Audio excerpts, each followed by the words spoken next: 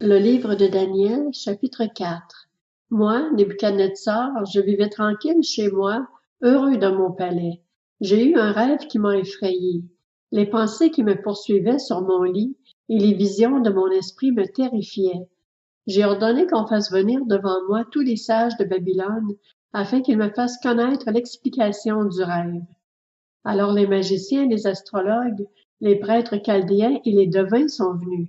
Je leur ai raconté le rêve, mais ils ont été incapables de m'en faire connaître l'explication.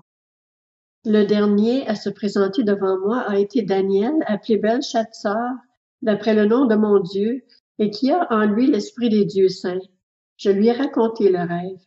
Belshazzar, chef des magiciens, qui a en toi, je le sais, l'esprit des dieux saints, et pour qui aucun secret n'est trop difficile, donne-moi l'explication des visions que j'ai eues en rêve. Voici quelles étaient les visions de mon esprit pendant que j'étais sur mon lit. Je regardais, et j'ai vu qu'il y avait au milieu de la terre un très grand arbre. Cet arbre était devenu grand et fort. Sa cime touchait le ciel et on le voyait des extrémités de la terre. Son feuillage était beau et ses fruits abondants. Il portait de la nourriture pour tous. Les bêtes sauvages s'abritaient sous son ombre, les oiseaux faisaient leur nid dans ses branches, et toutes les créatures tiraient leur nourriture de lui. Dans les visions qui se présentaient à mon esprit pendant que j'étais sur mon lit, voici ce que j'ai vu. Un veilleur, un saint, est descendu du ciel. Il a crié avec force en disant: Abattez l'arbre et coupez ses branches, secouez son feuillage et dispersez ses fruits, que les bêtes s'enfuient loin de son abri et les oiseaux loin de ses branches. Mais laissez en terre le tronc avec ses racines, attachez-le avec des chaînes en fer et en bronze au milieu de l'herbe des champs, qu'il soit trempé par la rosée du ciel et qu'il ait, comme les bêtes, l'herbe de la terre pour nourriture. Son cœur d'homme lui sera enlevé, et un cœur de bête lui sera donné. Puis 7 ans passeront sur lui. Cette parole est un décret des veilleurs. Cette décision est un ordre des saints, afin que les êtres vivants reconnaissent que le Très-Haut domine sur toute royauté humaine, qu'il la donne à qui il le désire, et qu'il peut y faire accéder le plus bas des hommes. Voilà le rêve que j'ai eu, moi, le roi Nebuchadnezzar.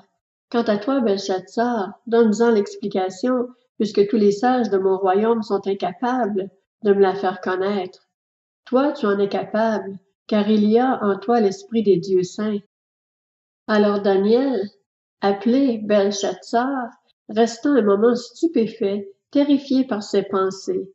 Le roi reprit: Belshazzar, que le rêve et l'explication ne soient pas source de terreur pour toi.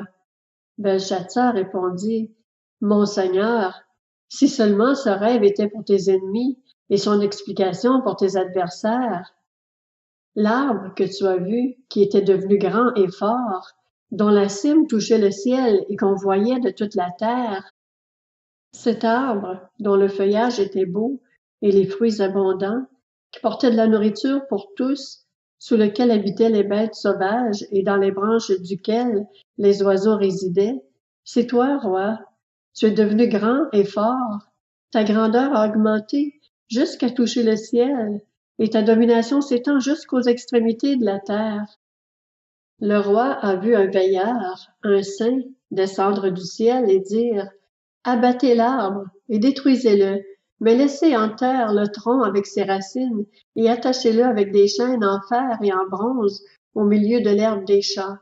Qu'il soit trempé par la rosée du ciel et qu'il ait sa nourriture avec les bêtes sauvages jusqu'à ce que 7 ans soient passés sur lui. Voici l'explication, roi. Voici le décret du Très-Haut qui s'accomplira pour mon Seigneur, le roi. On te chassera du milieu des hommes, tu habiteras avec les bêtes sauvages, et l'on te donnera comme au bœuf de l'herbe à manger. Tu seras trempé par la rosée du ciel, et 7 ans passeront sur toi, jusqu'à ce que tu reconnaisses que le Très-Haut domine sur toute royauté humaine, et qu'il la donne à qui il le désire. L'ordre de laisser le tronc avec les racines de l'arbre signifie que la royauté te sera rendue quand tu reconnaîtras que le véritable dominateur est au ciel. C'est pourquoi, roi, veuille écouter mon conseil. Mets un terme à tes péchés en pratiquant la justice à tes fautes en faisant grâce aux plus humbles, et ton bonheur pourra se prolonger. Tout cela devint réalité pour le roi Nebuchadnezzar. 12 mois plus tard, tout en se promenant dans le palais royal à Babylone, le roi prit la parole et s'exclama: N'est-ce pas Babylone, la grande, celle que j'ai moi-même construite pour en faire la résidence royale, par la puissance de ma force et pour la gloire de ma majesté? Il parlait encore, quand une voix venant du ciel se fit entendre. Apprends, roi Nebuchadnezzar, que la royauté t'est retirée. On te chassera du milieu des hommes. Tu habiteras avec les bêtes sauvages. On te donnera comme au bœuf de l'herbe à manger, et 7 ans passeront sur toi, jusqu'à ce que tu reconnaisses que le Très-Haut domine sur toute royauté humaine, et qu'il la donne à qui il le désire. Au moment même, la parole fut accomplie pour Nebuchadnezzar. Il fut chassé du milieu des hommes, il mangea de l'herbe comme les bœufs, son corps fut trempé par la rosée du ciel, jusqu'à ce que ses cheveux poussent comme les plumes des aigles, et ses ongles comme les griffes des oiseaux. Au moment indiqué, moi, Nebuchadnezzar, j'ai levé les yeux vers le ciel, et la raison m'est revenue. J'ai béni le Très-Haut, j'ai célébré la louange et la gloire de celui qui vit éternellement, dont la domination est éternelle et dont la royauté subsiste de génération en génération. Les habitants de la terre, tous autant qu'ils sont, n'ont pas plus de poids que le vide. Il agit comme il le désire avec les corps célestes et avec les habitants de la terre. Il n'y a personne qui puisse lui résister et qui lui dise: Que fais-tu? À ce moment-là, la raison m'est revenue. La gloire de mon royaume, ma majesté et ma splendeur m'ont été rendues. Mes conseillers et mes hauts fonctionnaires m'ont réclamé. J'ai été rétabli dans mes fonctions royales et ma puissance n'a fait que grandir. Maintenant, moi, Nebuchadnezzar, je célèbre la louange, la grandeur et la gloire du roi du ciel. Tous ses actes sont vrais, ses voies sont justes, et il peut abaisser ceux qui marchent dans l'orgueil.